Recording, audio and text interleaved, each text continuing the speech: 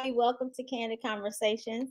It is Monday evening, and I am your host, the laid back down to earth life coach, Aisha isReal, and we're ready to get started. So it's Monday. We have an exceptional lineup this evening. We have our boss chick, Shaneka Dyson. We have our spotlight on education with Vanessa, and we have our girl talk panel. And as you all know, we have a guest co-host. And so tonight's guest co-host is named Monique, and you will get to meet her later in the show during the Girl Talk panel. So right now, I'm going to introduce our boss chick, but before I do that, I just wanted to make notice of a few things.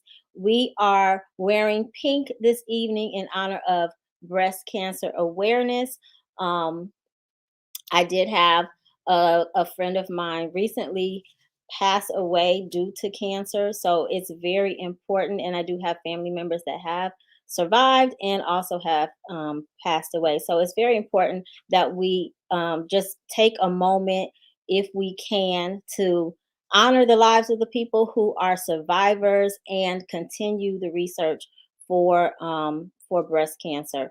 I did also want to mention just briefly that Brittany Griner, I had mentioned her in the past from the WNBA player, from WNBA, the female basketball player who is being detained in Russia right now. She has a hearing tomorrow, so prayers going out to her and her family. Just that it goes well. I'm not sure what they're expecting, but I'm just always praying for the best. And then lastly, my husband kind of introduced me to something over the weekend. So you guys all know Candace Owens, and whatever your opinions are about her, she has a documentary out called The Greatest Lie Ever Told, or something to that effect. And I did get to watch it. It's very interesting. And so I am not going to express my opinion about it, but I do think that we should all take a moment to just see the information that she shares regarding Black Lives Matter, because I feel like we're all kind of invested in that. But that is that. I had a regular Monday today, wasn't exceptionally good or exceptionally bad. So I have no complaints. And that's it. So I'm just excited about our boss chick that we have tonight. Her name is Shaneka Dyson, and I think it's really cool how I came to meet her. But we're gonna maybe talk about that during her interview. But she is the owner of Jump N Jam, which I'm sure a lot of people in Chicago have had exposure to that. I know when I saw that, I'm like, I know I've been to a party at either her facility or somebody used her inflatables at the time. So I thought that was really cool when I met her. And then also I came to find out that she has an event venue, a very nice event venue. I've been seeing her stories on Facebook, and she has a really cool team that sets up her space, and it's just been gorgeous. Everything that I've seen has been beautiful. So I hope that you are just as excited as I am to meet her, and sit tight, because next up is our boss chick, Shaneka Dyson.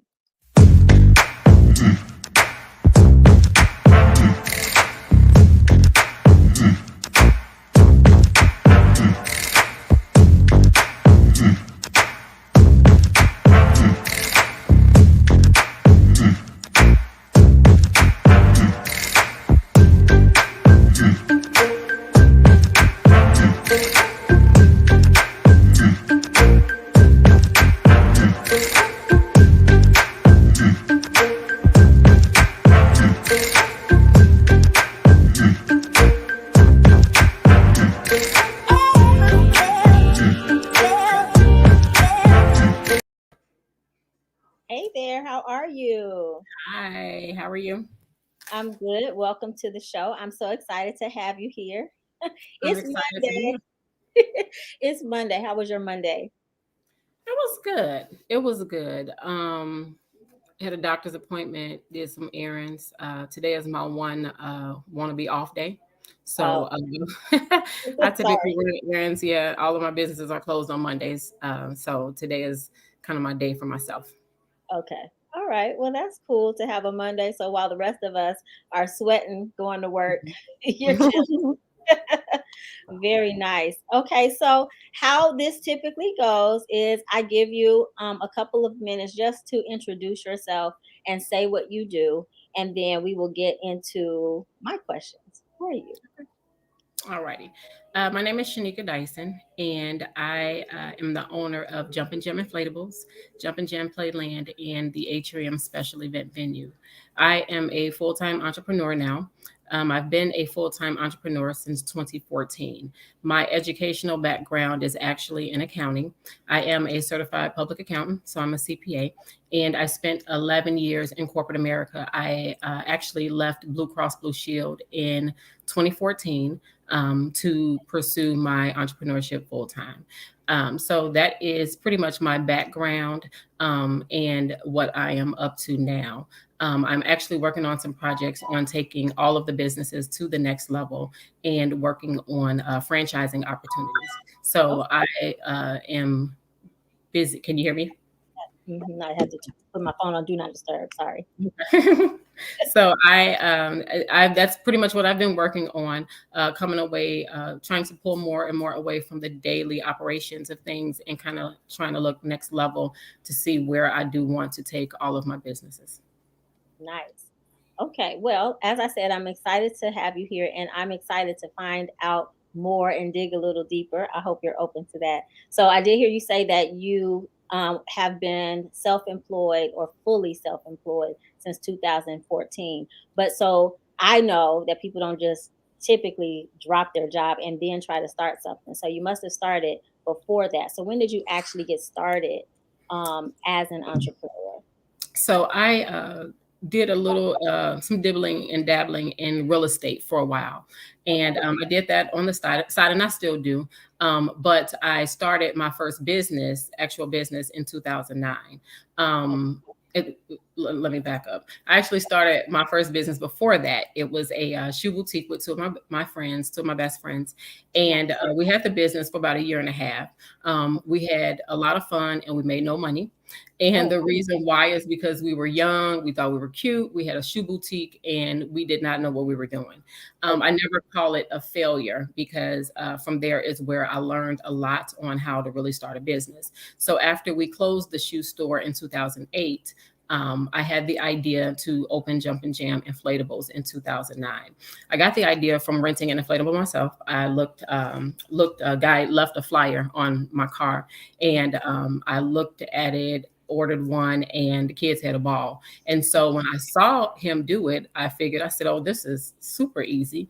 I said, as many kids as me and my friends have and my family have, I can get a couple of these things and, run them on the weekends Yeah. and make a little extra money. And so that was the thought process behind it. What I did was I invested into 4 inflatables, and the business, basically, to make a long story short, it took off extremely fast. Nice. It took off way faster than what I expected.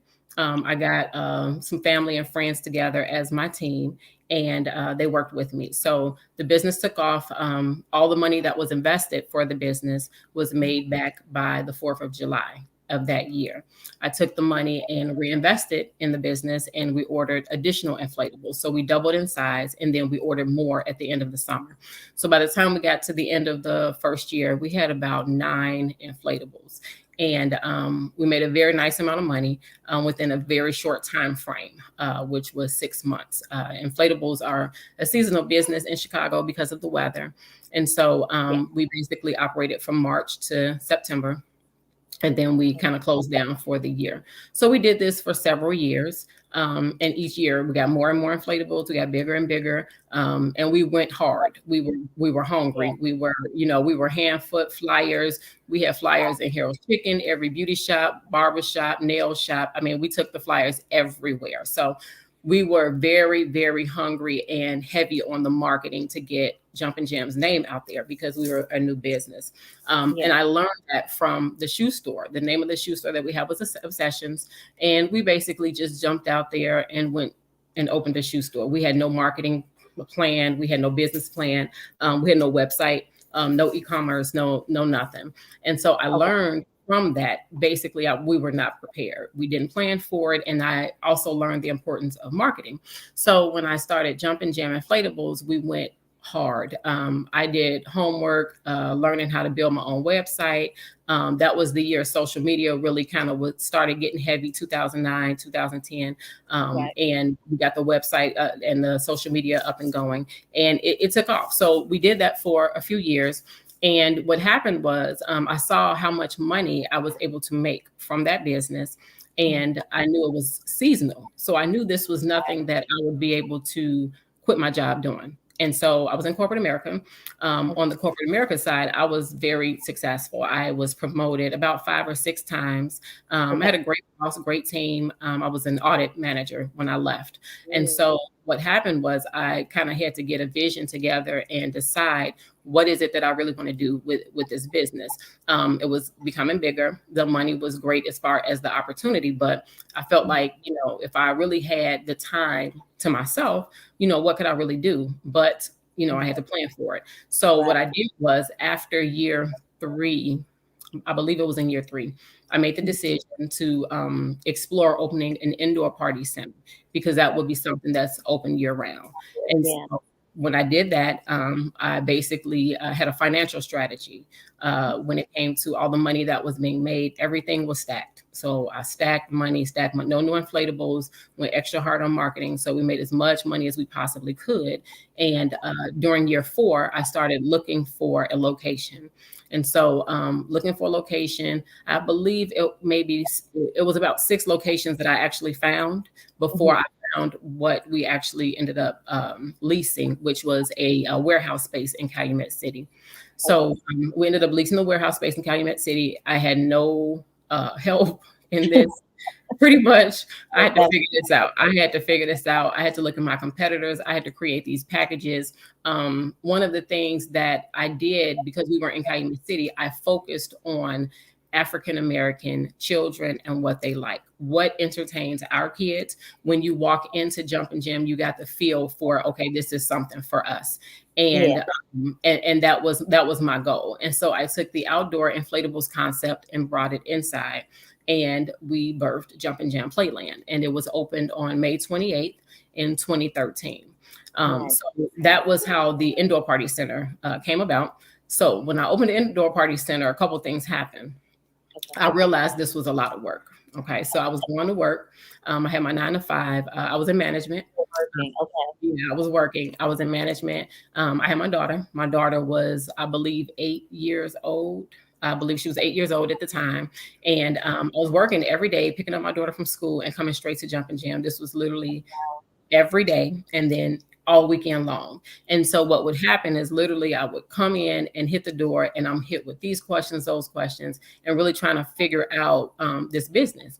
And so it got to the point to where one thing I did was I leveraged off of the brand that was already in existence, which was Jump N Jam Inflatables. So that is a little bit different. It was a little bit different for me, and it took off very fast because I didn't start from ground zero. We started with a customer base of 5 years in already. So what we did is we started with the customers that we already had, leveraged that, and it took off faster. So we opened May 28th. By the time I got to September 1st, I had to make the decision, either this business is not going to survive or I'm going to have to quit my job. So it's going to be either one or the other because it was too much. It's only 24 hours in a day. And I had to realize I was taking on too much with my personal life and with the businesses. I just could not handle it all with a 9 to 5. And I made the decision to bet on myself. And I've always been that person that believed in whatever it is that I wanted to do. So I've always just had that mentality. My mentality has always been whatever I put my mind to. It may not be, 100% successful like the shoe store where I, make a ton of money or something like that. But whatever it is that I think I can do, I can do it. So I've never been that type to kind of shy away from risk or anything of that nature. Big on researching whatever it is I want to do. And pretty much that's what I did. And so because I believed in myself and I could really make this work. And if I had all 8 hours of that day downtown, and I could put it into my own business, it was pretty much the sky's the limit where I could go with it. And so in September, I made that decision. I went to my vice president and my director, and I resigned from my job. I was there for 11 years. They offered me a promotion to stay. I turned it down. They could not, and I'm gonna be honest with you, they could not for the life of them understand why on God's green earth I would ever quit a job like that. I had a great job, great benefits, great salary, bonus. I mean, it was really no issues with the job, and so they couldn't really understand it. And it wasn't for them to understand it; it was for me to understand it. It was my time to really do what I wanted to do for me. So in September, I resigned. I remember coming home and talking. Well, not coming home. I came to Jump N Jam, and my mother is my facility manager. Okay. My mother was actually on a leave from work when I opened Jump N Jam, and the timing ended up being perfect. And so she ended up being the manager. And when I came in and I sat down and I said, well, I got to tell you something. And I told her the decision that I made. She cried. And she cried because she cried because she just could not understand. She's like, oh, you don't think I'm doing a good job? You don't think we can do it? I said, it's not that. I said, I see this being way bigger than what we're looking at now. And I cannot possibly make this happen. Sitting down for 40 hours a week is just not going to work. And so she's like, when you have an old school parent like that, I went to school for 4 years. Yeah. PPA. I said, I can hear that. Quit a job. What? That's exactly what she said. She said, you don't quit jobs like that. Right. And I'm like, Mom, I'm not happy. This is not what I want to do. I want to do something different. I want to, give it a chance to see where I can take this. And it was tougher for her. It was really tough for her to get it. And it's a very different as well. Jump N Jam Playland was a party center open 7 days a week to the general public. That is a very, very different business than having an at-home business, having a business to where you don't have the general public coming in, because now you have to deal with customers, you have to deal with customer service, you have to deal with staffing. These are all new things nobody told me about. And so my background was not in, customer service or food service. I didn't have that background. So I had no training or anything. I had to really figure it out, because it got so busy so fast. It was either, you're gonna get it together or we're going down. So I made that decision, and my job actually allowed me to work from home, go part-time, and I mainly worked from home until January. So I finished the year out. So January 3rd is my actual entrepreneur anniversary date. That is the last day of corporate America for me. So January 3rd, 2014, I became a full-time entrepreneur. And from there, we did an expansion. And so during that first year, one surprise I did have at the end of the month, I found out I was expecting my son, which was not part of the plan. That was not part of the plan for me to have my son so fast after giving up all of my benefits and insurance. But I was expecting my son. And the business took off so well and it got so busy, we had to do a construction expansion. And so we ended up getting the space next door. So we ended up expanding after the first year, and business was great. And so, we kind of wrote that out. I because there was no consultant, there was no one really giving me the blueprint on how to do this business.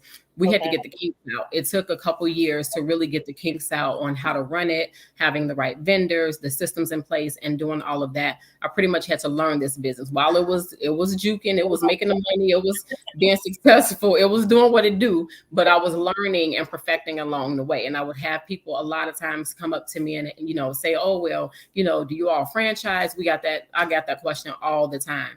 And I personally felt that the business was not at the point to where it was ready to franchise, because I was really still perfecting it and figuring it out.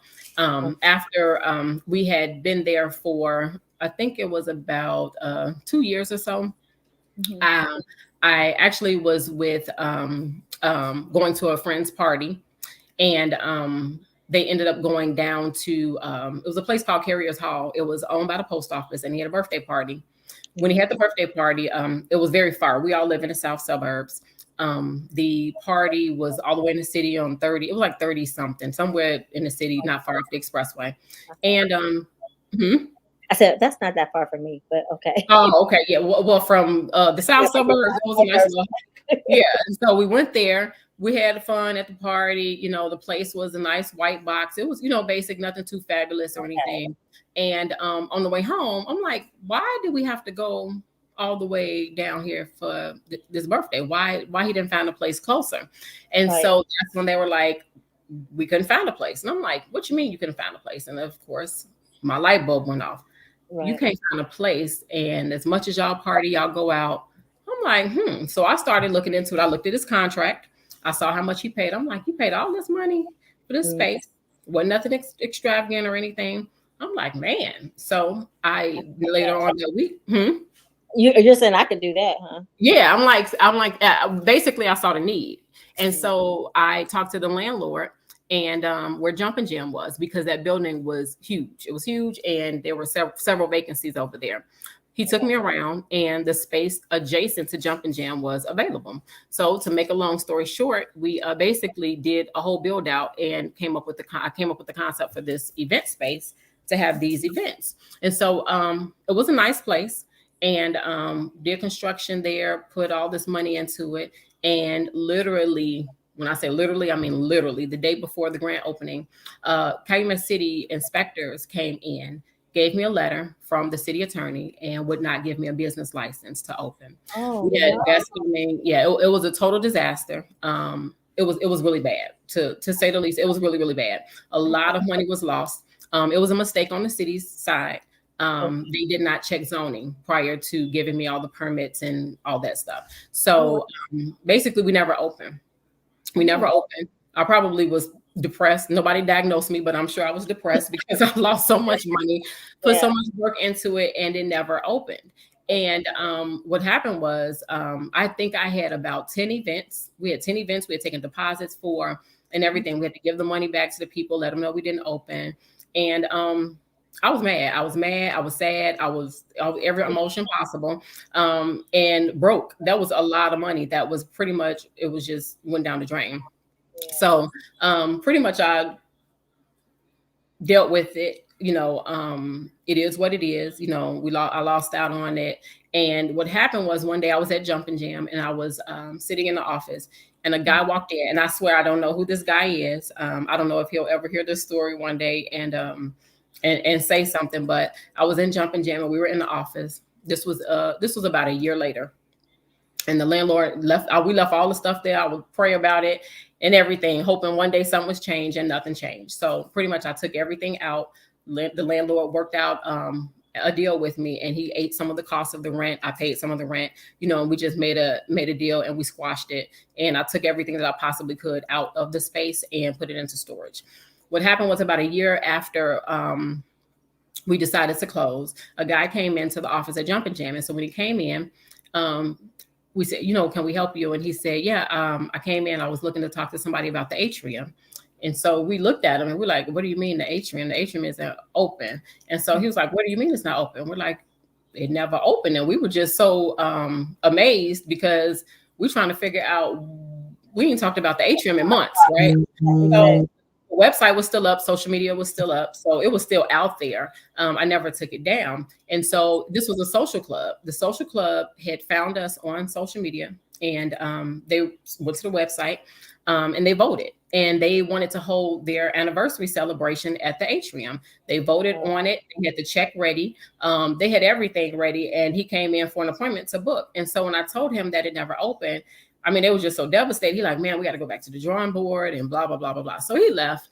And so after he left, I kind of had a moment. And I'm like, if this man was able to find the Atrium after a year and no marketing, no nothing, he just walked in. I'm like, there is a need for this business. And I thought about it for about a day or two. I started looking online and I said, I'm going to do it again. I'm going to try it again. And I reached out to some different listings, restaurants for sale, just trying to figure it out and revive the whole idea. And what happened was I saw a guy hit at a listing. He was selling a restaurant. He was actually a business broker listing the business for sale. And when when I called him, he said, I wanted you to sign a non-disclosure agreement before giving information about the restaurant. I'm like, okay. I was like, I'm not going to sign nothing. Like, I just brushed it off. I just said, okay, whatever. And so I said, okay, I'll give you a call back. I just hung up. And so like literally 20, 30 seconds later, the phone rang again. And so when the phone rang, I answered the phone. Thank you for calling Jump N Jam. And he said, hi, you just called me. And I was wondering what business this is. And I'm like, what do you mean? And I said, what do you mean I just called you? And he told me, he said, I'm the guy you just called about the restaurant. I said, oh, now pause. I thought that was super creepy. He freaked me out because I'm like, who does that? But it was on the caller ID. It was on the caller ID. What happened was he's a business broker. So follow me, right? He's a business broker. Okay. And Jump N Jam Playland came across his phone. He had never heard of Jump N Jam Playland before. So what he does is he sells businesses, people who wants to franchise businesses and people who wants to actually sell their business, find them a buyer, all of that. And so that's why he called back, because he was curious. And so he asked a few questions and I thought it was extra weird. And I was guarded a little bit because, I just thought that was a little stalkerish a bit, that asked all those questions. But anyway, I ended up talking to him. He checked out, his credentials checked out, and he actually worked for the company who franchised Jimmy John's. And so they had a reputation, they were reputable and everything. And what happened was he ended up coming in like the next day. He came in and introduced himself and he walked through. And he just looked around and he was in amazement. He's like, I've never heard of this place. You're in KanyeWest City. I'm in the suburbs. Like this place. And Jump N Jam was 22,000 square feet. So the space was extremely, extremely big. And so after talking to him, we ended up forming a business relationship. And so after talking to him, I told him what I was looking for. He asked more about it. Like, okay, you called the restaurant. Are you looking for a restaurant? After, starting to work with him, within, I would say probably maybe a week or two, he found another location for the Atrium. And so when we went to look at the spaces, he sent me over there, and the rest is history. I looked at the space and envisioned it, walked through, and we ended up not getting one space. We got 3 spaces, and we basically built it out to what we wanted it to be. And a lot of people saw the Atrium before this current location. The people who saw the Atrium before the current location, they really honestly, they said it was nothing but God. The reason that place did not open is because it was never supposed to. It took a minute for me to accept that because we put so much into it. Loss. Yeah, it was such a loss. But that is honestly true. It was never supposed to open in KanyeWest City. It was a learning experience for me. I would tell you now, I can open a business with my eyes closed. I can tell you everything you need to know, to cross your T's, dot the I's, paperwork together. I can tell you everything now after going through. I might be calling you because I can tell you everything. Okay, I can ask all kind of questions because of that. Yeah. But basically, we ended up, now we're in Country Club Hills, and the Atrium has become what it is. It took off. It took off fast. I thought Jump N Jam took off fast. The Atrium took off. It took off fast. And the Atrium has grown by leaps and bounds. Before COVID, it was growing. Post-COVID, it grew exponentially, even more. Even the streams of income we're decorating now, which is a whole nother type of business for us. So the business has changed a lot, grown. It is. So, that's my story from 2014 to 2022. They ask about me from time to time at Blue Cross Blue Shield. And I have a couple of friends that are still down there. And they get a kick out of telling them she's doing well. She's doing well. She made the right. I feel like that was the best decision that I actually made. I would not trade it for anything. I would not trade my path for anything. I don't think that I was in corporate America for 11 years, wasting my time. My expertise that I have from being an auditor, from having the financial background that I have, it's priceless. It's irreplaceable. And it actually makes my journey as an entrepreneur very different from your average entrepreneur. I have a lot of insight and skills from my corporate America background that a lot of people would not have or pay people, to get. So that's my journey. It is very different. I encourage people a lot. I do a lot of networking events when I can, and panels and different things of the such, just because This is not easy at all. It's it's very difficult, and it takes a lot of dedication to stick to. You also have to sacrifice a lot, and Yeah. people don't understand that. All they see is the success sometimes, which which is great. That is that is my pride and joy in my businesses. But it took a lot to get here. This is not something that happened overnight. I've worked hard. My family, have to understand. I've sacrificed a lot. Personal Yes. relationships, friend relationships. I done missed a lot of trips. I done missed a lot of birthdays. My kids have sacrificed. It is honestly a lot. It is a lot, but it is definitely worth it. I have a very good team behind me, a strong team behind me. So that's basically my story. If you have any questions about it, I'll be glad to answer. This has got to be the easiest interview I've ever done because I didn't ask any questions, and They you tell like, me I like to talk. yeah. Well, while you're talking, I'm like, oh, okay, well, I don't need to ask that. Oh, okay, well, don't need that. But I want to say, I think that your story is very inspirational. And I think in addition to the sacrifice that you made, because that's one thing, that's one of the reasons why I like for the boss chicks to come on and tell their story, because you have a lot of people out there who are hating just because they I don't know what they think, that you just one day woke up and all of a sudden your life was amazing. It took hard work. It took a lot of, like you said, sleepless nights, a lot of sacrifice. But in addition to that, you have a lot of heart. And a lot of people don't understand that entrepreneurship requires that. There Mhm. are so many times that sometimes it feels like you get beat up or beat down and you have to keep getting back up. I want to say this, and then I'm going to ask you the question I told you I was going to ask you. But my husband also has me watching the Kanye documentary, who right now I can't think of the guy who did it. But anyway, Yeah, that is a very inspirational story. Regardless of what you think about Kanye, he I hustled. He hustled. exactly, and He he hustled. did not seem. I mean, if he was, you could not see discouragement in this man. I mean, like Hmm. every now you can see disappointment every now and then when somebody would turn him down or act like he wasn't there. Because I'd be sitting there like, dang, that was rude, and he just turn around and keep on going. So I think you have a similar story where, I mean, you just have to keep going. You have to ignore what people think and what they see. So, but I will ask this question because I don't need to ask any other questions. But in your own words, really quickly, because we got to move on to the next segment. But what makes you a boss chick? I think you've really said it, but I'm gonna let you just answer my question directly. What makes you a boss chick? This word, a lot of people use the word boss.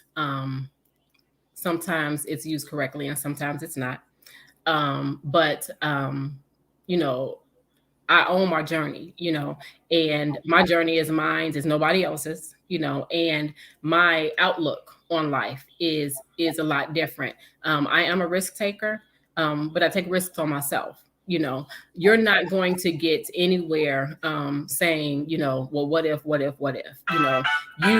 if you don't believe in yourself that you can do certain things, it's not going to happen. I can tell you that now. You can't be as doubtful, as a lot of people are. I'm not saying that it's easy. It is going to take work. It's going to take hard work. And if you're scared of hard work, it's not for you, and some of the things that I will tell people, if this is a lot of, I think because of the pandemic, a lot of people, had a lot of downtime, and a lot of small businesses sprouted from COVID.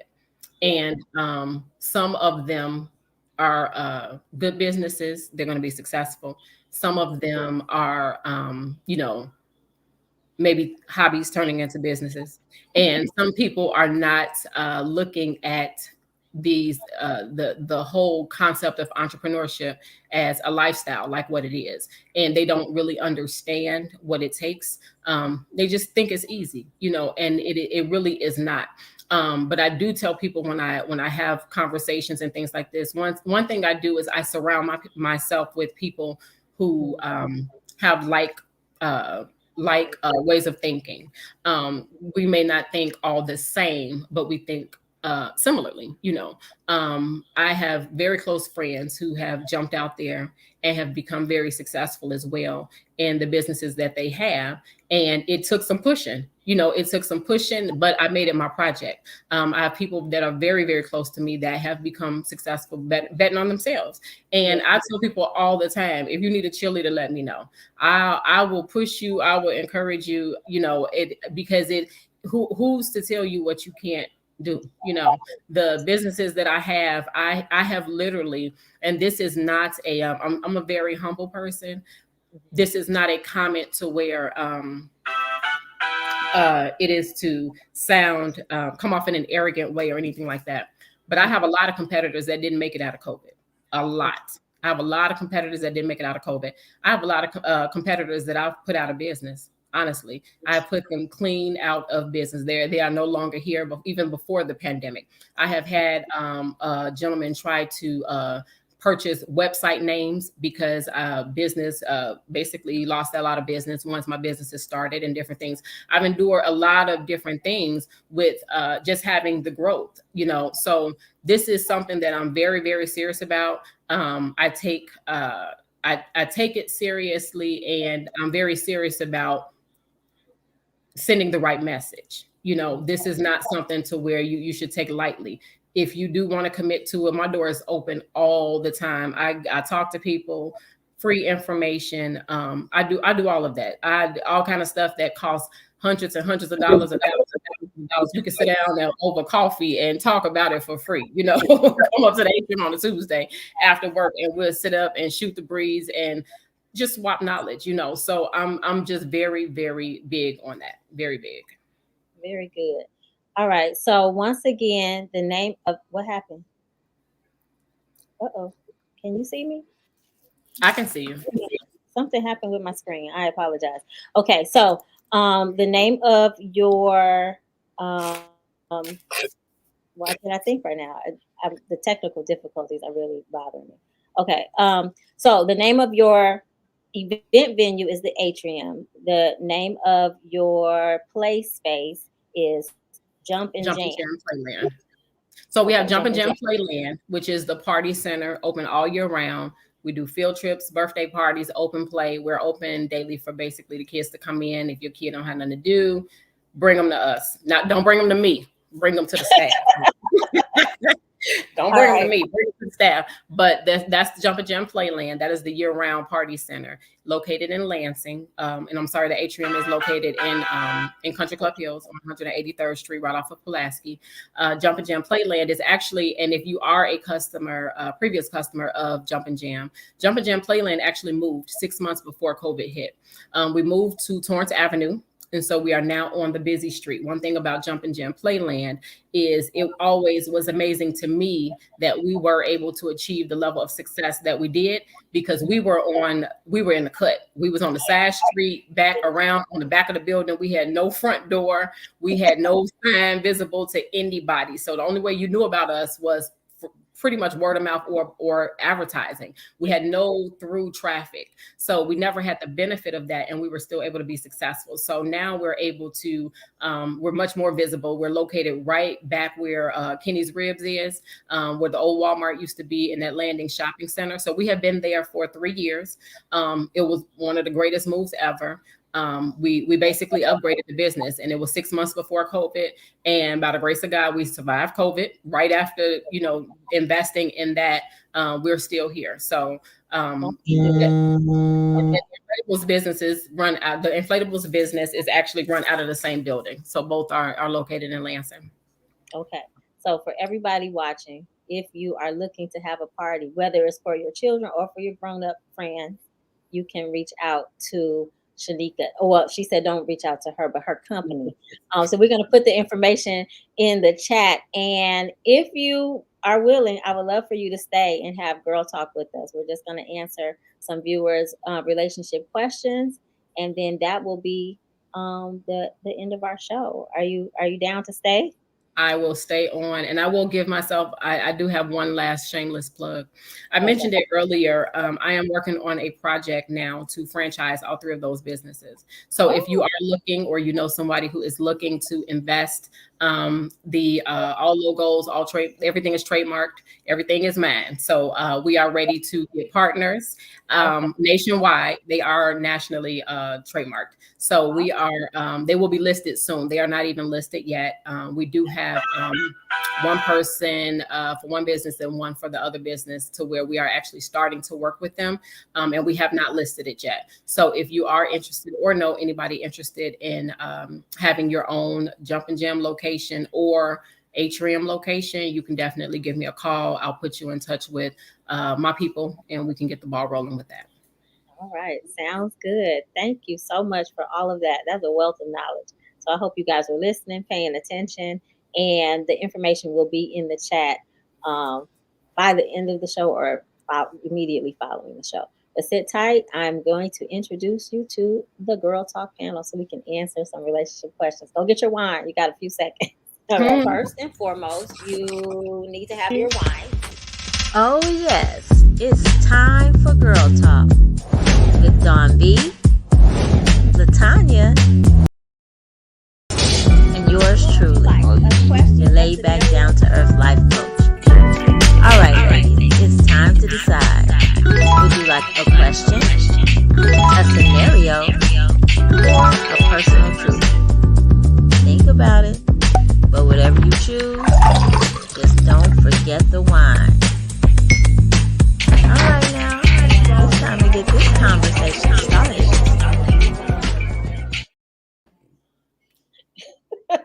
Where is Dawn? All right. Good evening, everybody. How are you?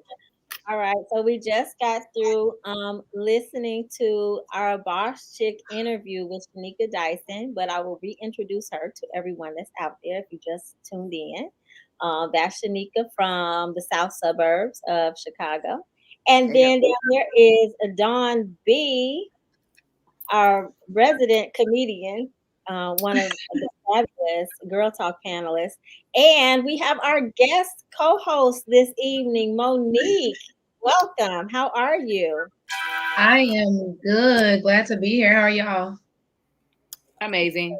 Yeah, Thank it's you. Monday. So we're going to jump right in. I will quickly go over the rules of Girl Talk for those of you who are new to Girl Talk. So we have each panelist on Girl Talk gets an opportunity to choose a question, a scenario, or a personal truth that they will answer uninterrupted. And then when they are done, the rest of us will chime in. And I typically start with the person next to me on the screen. So lucky you, Shaneka, you are up first.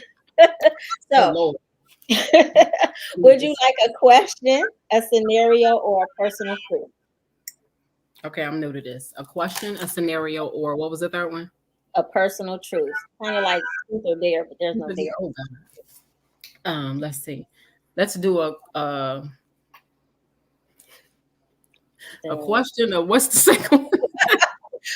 question, a scenario, or a Scenario. personal truth. Let's do a scenario. All right. Listen carefully. So, me and my husband have been together going on 6 years. I am the breadwinner, but we split bills 50-50. During our entire relationship, I've never been unemployed and I've never not had my half of bill money. Meanwhile, he's been unemployed like 3 or 4 times, and I've had to pick up the slack and pay 100% of the bills each month. The past few weeks, I have been feeling horrible and I've been missing work with no pay. My doctor wrote me out of work for 2 weeks starting today, but if I stay out for those 2 weeks, I will not have enough money to help pay the light bill. So I decided to just go back tomorrow. I was discussing this with my hubby, and at first he didn't say anything, and then he came back and said he will pay my portion of the light bill so I don't have to work sick. But it would be nice if I can give him some of the money back when I do get paid. I immediately got upset because he has never paid me back when I have had to pay. Oh, I can't see down there. Hold on one second. When I have had to pay a bill by myself and I feel some type of way. Oh God.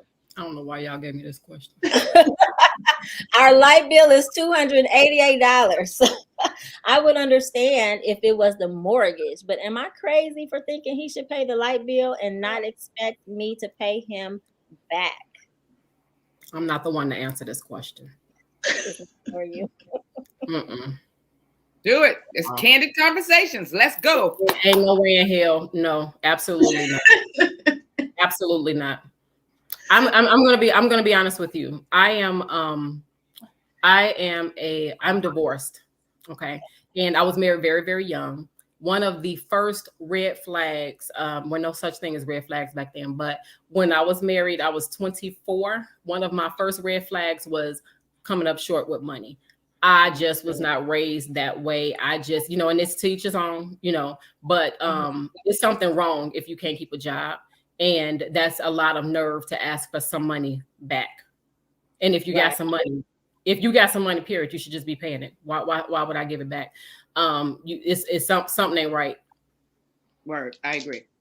Well, I don't know. I think she sounds ridiculous, though.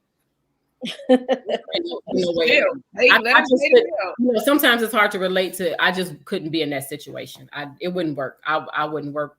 We wouldn't work. It just wouldn't work. Yeah, I think it's wild to ask for anything back, but I digress. Got it. Is this real? I'm just asking because I'm. Well, I didn't write it. Now I don't know. I mean, somebody sent this. Yeah. Oh, yeah. I can't say if somebody Call sat me, girl. thought of this or that really happened. To me, for all of that, it seemed like it's real.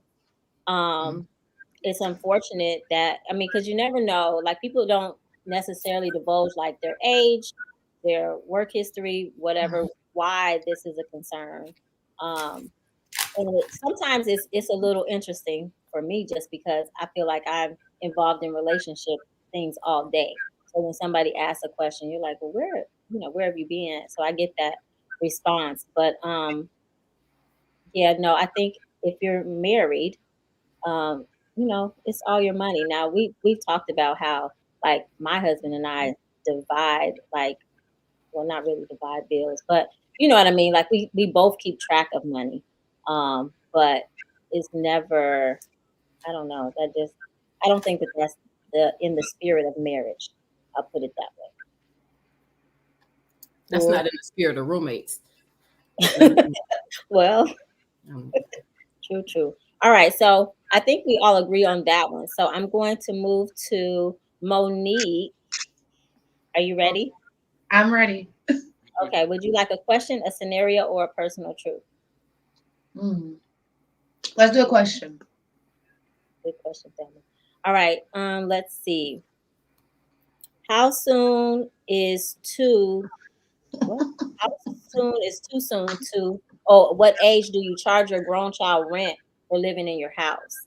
Oh my God. Okay, so this is funny. This was funny to me because I am from Chicago, but I moved to the South for school and I stayed away for 10 years. So I'm just now back home. So that's why I started snickering because I'm currently living at my parents' house and I'm not paying rent, but I'm not paying rent because I'm not doing anything. My parents, I think it just depends on the household. My family has this unspoken rule where if you're doing something productive and you just can't afford to live on your own right now, then it's fine. Or if you just decide you like me, you just want to come home because you've been away for so long and it's just as a way to offer some relief. So I should be done with my master's in December. My goal is not to stay with my parents in past like February or March because they did give me like space and time footing. But I really I feel like I can't put an age on it. It just comes down to the way I was raised. It's gonna be you either working or you're going to school. That's how I was raised. If you're not working or going to school, then you need to figure out how you're gonna take care of yourself because it's no longer the responsibility of parent. Everything after 18 is a plus. That's how I was raised. So that's my take on it. Yeah, I don't think it's age thing. I think it's like Monique said, a productive thing. Are you talking to somebody? It sounds like you are throwing that somewhere. No, I'm trying to threaten my kids and talk at the same time. But like even when I was growing up, like it's the same rules. You got to go to school or you working. I mean, even when I was off work at home, my dad would be like, "Okay, what you doing today?" Like, You still not laying around like Yeah, do that something. was never an option, right? Laying around. I don't even. So I don't know. Do you guys all have siblings? I have a brother. Yeah, and it was the same for all of your siblings. Like that was just Oh, the rule in the house. yep. My not for in my house. We never had that problem. Either myself or my siblings were in school or they were working. So I don't think we've ever experienced a problem like that. But I do agree with Monique. As long as you're doing something, I wouldn't have a problem. I actually came back home. I actually was home. I didn't leave home until right before I got engaged to be married, and that was at about 20. I think I was about 23 years old or something like that. So I was out of school. I was making, this was 20 years ago. I graduated from school making 48,000. So coming out of school, I had a very, very good job. Like I'm making what my parents making or more. So I would never not contribute to the house. That's just selfish. So I would never not contribute. That was my situation. My sister went to school. My brother had a job. They've never been just laying around, just not doing anything. So I think as long as you're doing something, and my parents had that same outlook. Long as you're doing something, then they're not going to put you out. I'm trying to think. I think the longest that I lived with my parents after college was maybe 3 months. I don't think that they charged me for rent, but I'm kind of like you, Monique. Like it was just a stop.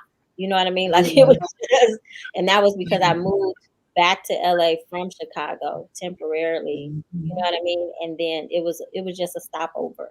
And I think we all kind of knew that, but I'm an only child, so I didn't. But I wasn't raised like I don't know. My dad is a military person. My mom's an accountant. Everything was just so matter of fact, discipline. That just wasn't even a thought of like just staying and chilling. So yeah, we're all on the same page with that one. All right, so we're coming close to the end. So I'm gonna try to get Dawn, and then if there's time for me to get one. So Dawn, I won't talk long. Personal truth. I don't mind if you talk long. Okay, so what is the subject you never failed in school, even if you didn't study? All of them. Okay. I'm just a Joe bitch. Like I legit do not remember doing homework in high school. What? You were smart, naturally smart. But there was still stuff that went home, wasn't there? I don't know. I just don't remember it. It wasn't. You didn't struggle. I did not. I just did it. I mean, it was almost like, and people say it even now, like, damn, you got a photo. What is it? I'm dumb now. After I had kids, I turned dumb. Like, y'all better be smart. But I don't know. You had a photographic memory. I just would like see it, read it, do it, take the test, and I would pass all my classes, even if I did not study. Except for one time in Spanish when I used to no geometry. Nah, I didn't. Nah, I wouldn't pass that. I cheated. But okay.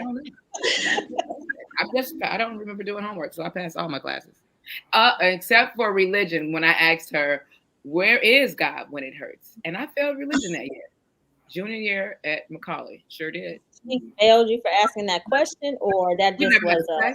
We never had quiz. We never had homework. But she was so mad that I asked that question. And I mean, I promise I failed. I had to take sociology at Academy of Our Lady night school because I was a senior. Oh, wow. If I didn't do night school, I wasn't going to graduate. That's terrible. It's ridiculous. Well, I'm trying to think. I remember school for me was pretty easy until I had, I think it was physics and calculus gave me. I had to work for those. But other than that, yeah, I'm with you. Math is probably my favorite. Yeah, I'm gonna have to agree. It's definitely math for me. It just makes sense. It just always made sense. Even if I couldn't like show you how I got the answer, like I always got the answer. I never knew how to explain that malfunction with my brain. But like you can teach me how to do something with numbers. I'll watch you. I'll watch you, sorry. And then you can toss different numbers in there, and I just got it. Like I can get it. I pick up really quick. But math has always been one of those. You just pull the numbers out and solve the problem. Like you don't need all those extra words and stuff that come with it. But science was a headache. I could not get with science. It couldn't get with me. You know, we passed, but not without studying. Yeah. All right, cool. Did you want to chime in, Shaneka, or it's okay if we move on to the next? I do remember doing homework. I was always I was that kid when I got to school. Honestly, I was always that kid. School was never an option for me. It was always mandatory. So that was always my outlook on it. Whether it was grade school, high school, and I'm odd in that way. I kind of knew what I wanted to do early on. So I knew that I wanted to go into accounting when I was very, very young. So I took school very seriously. Now, I will agree with Monique. I'm a numbers person as well. For some reason, I feel like if you're a numbers person, you like really, really like you got a lot of sense. Like you go figure it out. Like science, who needs science? Some stuff really ain't necessary for life. Science, all of that stuff. If I need to know something about science, I can go find it out. Math, I need to know in the moment. Like I'm a numbers person. 2068. What is it? You know, so it's certain subjects absolutely just came natural for me. But even when I got to college, I was perfect attendance. I ain't gonna lie. I don't care if I was in my pajamas. I was there every day. I was not playing. I needed to get in, get out. So I took school very seriously. I agree. Numbers just make sense. They make sense. You can always make them make sense. Science, you just got to go with what they tell you sometimes. You know, personally, Monique, I think that numbers people are like smarter than everybody else. But okay, I didn't say that out loud. So okay, fine with me. But yeah. All right, cool. I'm gonna take a question because the scenarios are long today. All right, so let me see. Oops, too fast. Okay. How do you turn down your independence to allow your man to lead? Who asking these questions? Who asking these questions? Somebody punking me on the. Somebody punking me. I know my people on this stage. You were coming on. They're like, "Oh, I gotta send this question in." Well, since it's my question, how do I turn down my independence to allow my man to lead? I don't think that I do turn down my independence. I intentionally married somebody who I don't need to do that for. He has a strong personality himself. He has goals. He has a vision. He talks. I mean, like he's not going to be walked over. So I don't need to turn down my independence. He respects that me and he supports me. He's one of my biggest leaders. So I don't have to do that.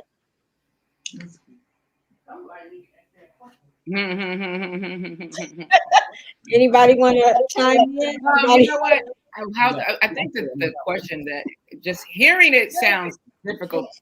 How do I turn down? Turn down for what? But exactly. I think the problem is with the strong-willed women that do not allow men to be men, knowing you need to chill so this man can get it out. Some women, excuse me, I think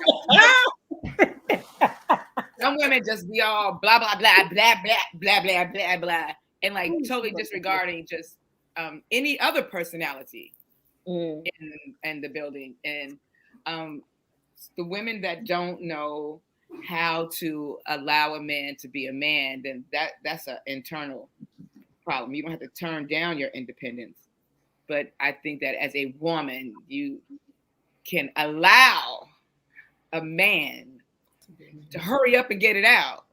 But do you have to turn down your independence, or do you just have to be quiet for a moment? You don't turn down your independence. You just know how to work your strong personality. That's what I said, you know, because then men they turn it into, oh, alpha woman. You're too strong. I'm like, nigga, you met me at Home Depot. I've been strong. It's a lot of confusion in that the term turn down my independence.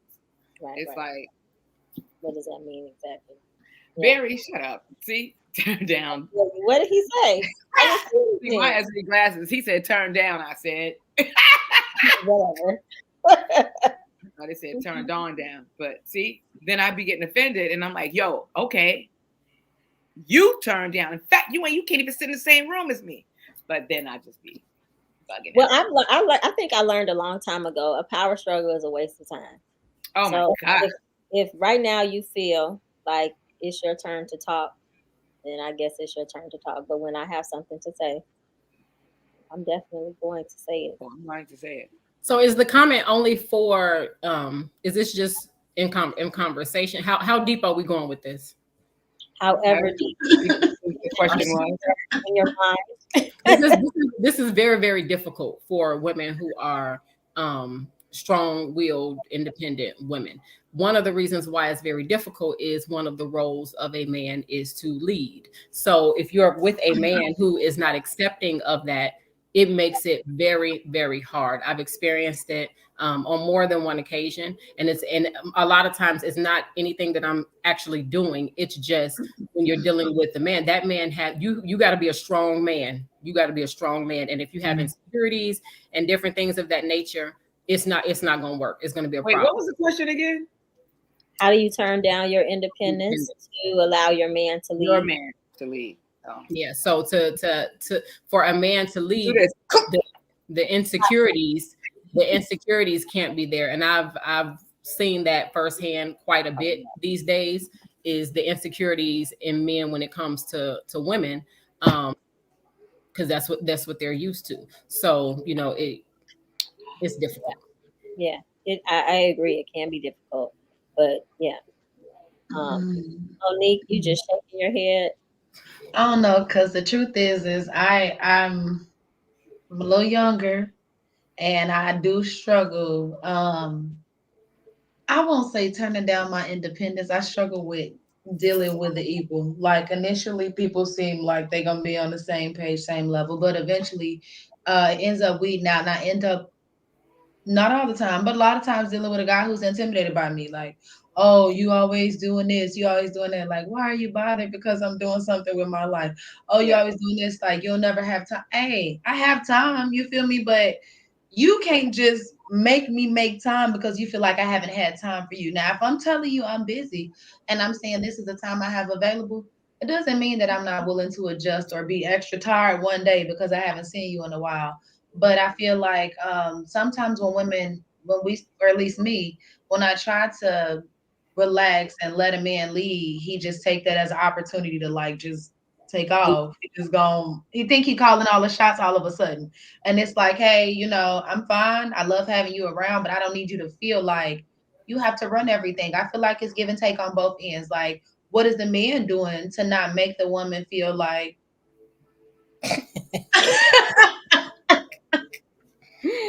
not 63rd. But it's just like it's give and take on both ends. Like I can shut up sometimes. I mean, I have a problem with seeing stuff from a different view sometimes. So allowing them to explain like where they were coming from, I feel like that makes a big difference. But at the end of it all, I think it just comes down to how you guys communicate, like talking and receiving each other. People get upset. Y'all know from Chicago, they got this term goofy they use so loosely. You get mad at me, you can be mad all you want. Just don't get to calling me out my name acting crazy. Because then if you think that you were less of a man before then, and it's like, man, we really gotta go low now. Like, but it's really hard. I'm not gonna lie like it's easy because I'm obviously probably the worst at it of the four of us on this call. But I am working on it. And I don't know about that. I'm working on it. I know how she can do it. I know how. I got the perfect answer how she can do it. What's that? Just be single. F these N words. Okay. And on that note, it's time to close out the show. All right. So it is. We've gone over a little bit. And Vanessa, I have to say, so Vanessa is our seasoned educator, and she was scheduled to do her spotlight this evening, but she is currently in Chicago, where she normally resides in the Los Angeles area. She's in Chicago right now, and for whatever reason, the Wi-Fi was not working with her equipment. she sent me a text message talking about Chicago Wi-Fi. I don't know if it's Chicago Wi-Fi. But anyway, so we do miss her. She was supposed to be here. And I will check on her when the show is over. But thank you again, Shaneka, for your interview, your very inspirational interview. I am inspired, and I'm glad I have your number already. See you in December for my son's birthday. Really? Yeah. Gotta come find me. We find cute places, and this sounds it's right up our alley. Yes, for sure. All right. So thank you everyone for tuning in. Thank you, Monique, for joining us. And you can give Monique your shout outs in the group, Candid Conversations, the group, to let her know how she did. And we will see you next week.